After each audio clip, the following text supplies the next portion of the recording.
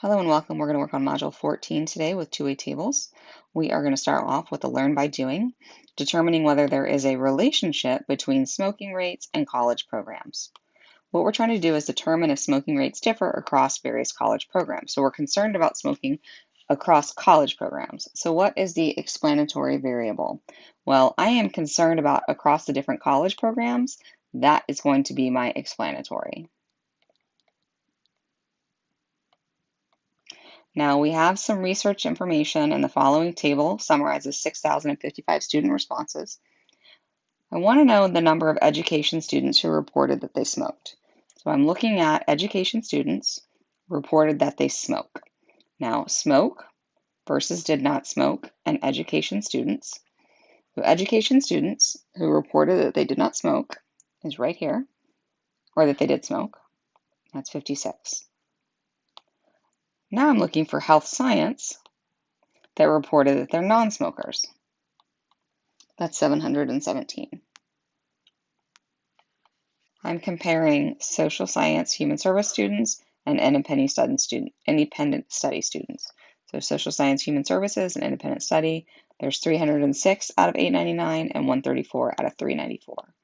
I need to look at those two situations. So I have 306 over 899, which is roughly 34%. And then 134 out of 394, which is also 34%. So these two are independent. So they are equal.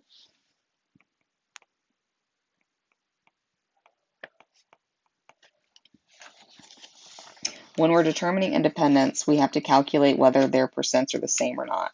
If the percents are the same, it doesn't matter what program you're in, it's independent. If your percents are not the same, then it's dependent. Okay, filling in the blanks here using this chart, using marginal probability. So P is probability. We can write 0.08 as the probability of something using P of something. So this P of students in the arts sciences, that's the probability of a student being in arts sciences. So when we're calculating that, we're going to be taking the number of students in the arts and sciences department and dividing by however many students there are total. So the number of students in the arts and sciences department is 4,000.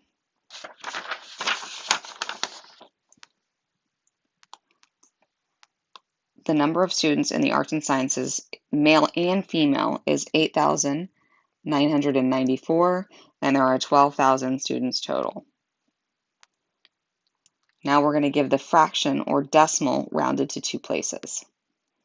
So a student in health science is 644. I'm going to try and get both these on the same page.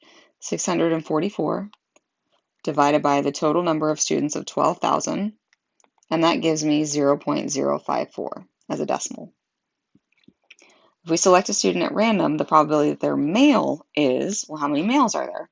There's 5,802 males out of 12,000 total, which is 0.4835, or roughly 48%. Now we're concerned with conditional probability, so we're working with givens. So what's the probability that someone is a male given that they're in the Infotech program? So in the Infotech program, I'm looking at this column right here.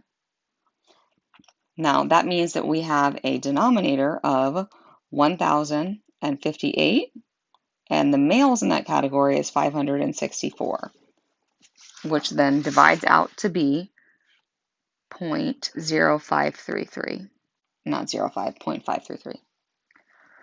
Now, what's the probability of being arts and sciences given that you're a female? So I'm concerned with being a female and then being arts and sciences. So we're going to take 4,660 divided by 6,198, and we're going to get roughly 75%.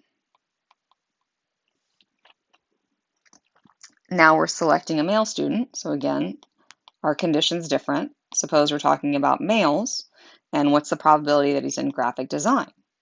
Now we have 97 over 5,802, which is equal to 0.0167.